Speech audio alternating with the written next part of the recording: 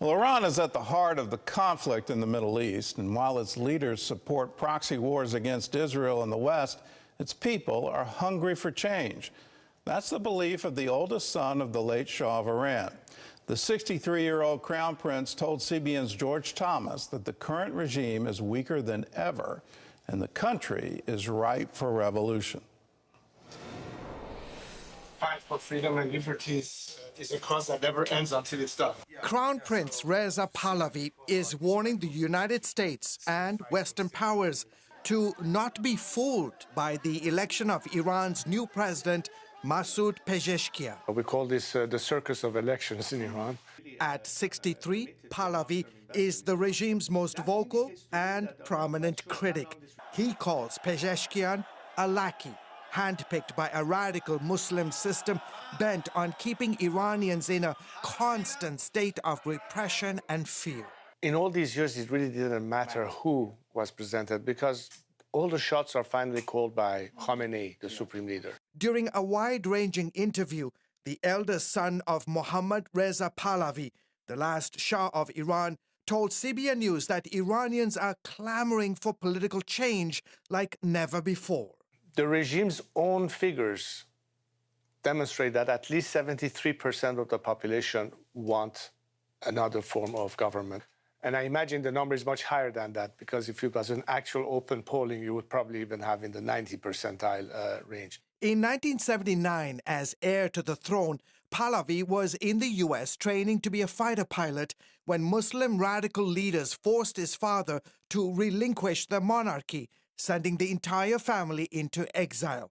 Pahlavi says the aftermath led to an Islamic-run regime that would devastate his ancestral homeland, where today 60% of the people live below the poverty line. 45 years of clerical rule in the name of religion and the immediate element of persecution and the fact that our country has fallen behind in terms of being on the route towards progress, because Iran by now should have been the South Korea of the Middle East. Instead, it's the North Korea of the region. Under the mullah's reign, Iran has become a leading state sponsor of terrorism and the root cause of instability in the Middle East and beyond.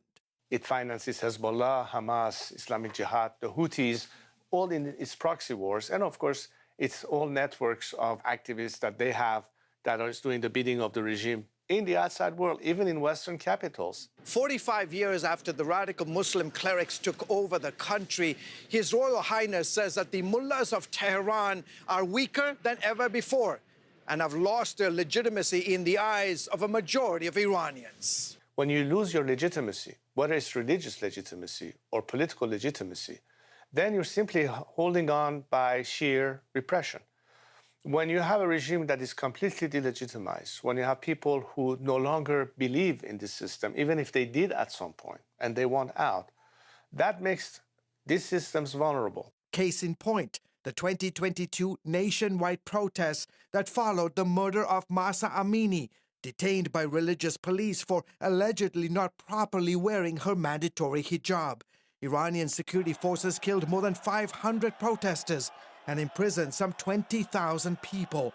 Pahlavi says this clearly shows Iranians are ready to sacrifice for revolution. Nobody said that freedom comes for free. The price sometimes is extremely high. But are you willing to say that just because it's too expensive, I'm not going to purchase it and put up with what otherwise would be annihilation, demise? We don't have a choice. We have to do it. We have to do it for survival. We have to do it for sanity. We have to do it for humanity. We have to do it for our own interests, no matter what it takes. Despite Iranian proxy attacks on U.S. troops in the Middle East, acceleration of its nuclear uranium enrichment program, and funding of Hezbollah and other terror groups, Pahlavi cannot understand why the Biden administration continues to keep billions of dollars flowing to the terror regime. He says it's time Western governments stop appeasing the mullahs of Tehran. And what I have argued for years to foreign governments, particularly Western democracies, has been that your expectation of behavior change from the get-go was a false expectation, because you simply haven't recognized the DNA of this regime that needs to do all of it does in order to survive. It's not interested in the welfare of the Iranian people. It's simply aiming to export an ideology to dominate the whole world. Pahlavi, who idealizes Martin Luther King Jr. and Mahatma Gandhi for their pursuit of non-violent campaigns for political change, runs the National Council of Iran, whose mission is to replace the current Islamic-led regime with a secular democracy. He wants the world to focus on supporting Iranian people rather than keep coddling the regime's thugs. Even those who believe that maybe we could try and bring reform from within slowly but surely have given up on this idea. Look, we cannot have a religious dictatorship in the 21st century. We have to go towards a secular democracy.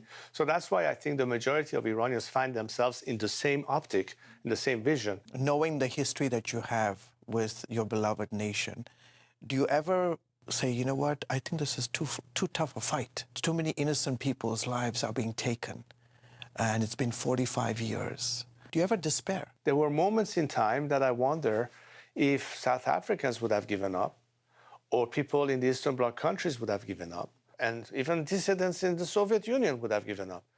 I haven't heard once a dissident anywhere in the planet say, you know what, I give up. You can't give up.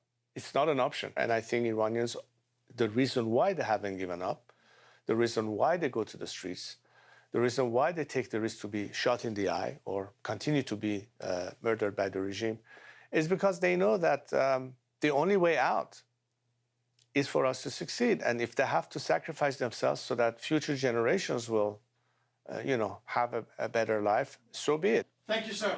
George Thomas, CBN News, Washington. Well, I believe in secular democracies. I believe freedom is the oxygen of humanity. And when you have it, you have this tremendous flourishing. And we've seen that around the world. Have we given up on those ideals, though, is my question. When you look at Afghanistan and Iraq, we had plenty of opportunity to introduce that secular democracy, and we chose not to. What we did was put it in a constitution based on Sharia law. And Sharia law was enshrined in their constitutions, which effectively makes them theocracies. Here's something that history ought to teach everyone, that enforced religion is no religion at all. If you have a religious dictatorship, you don't have freedom, and you don't even have religion. Here's a culture, here's a government that enforces the religious law, so it's okay to beat a woman to death because she doesn't wear her scarf right. If you protest the government, you are now labeled an infidel and you are publicly hanged in the city square. That is what's going on today. In contrast to Reverend Martin Luther King Jr., in contrast to Mahatma Gandhi, those were essentially Christian cultures that believed in liberty, believed in freedom of conscience, freedom of speech, freedom of press, all of these wonderful freedoms. In an Islamic theocracy, you don't have any of that. You don't have the right to meet. You don't have the right to speak your mind. You do not have freedom of conscience. There is nothing in the bedrock to appeal to say we need to change. I don't know what's going to change Iran, but when you have that kind of enforcement and the military fully behind it, the police force fully behind it, where you can be a sharpshooter and you can shoot and kill a 16-year-old girl in the crowd.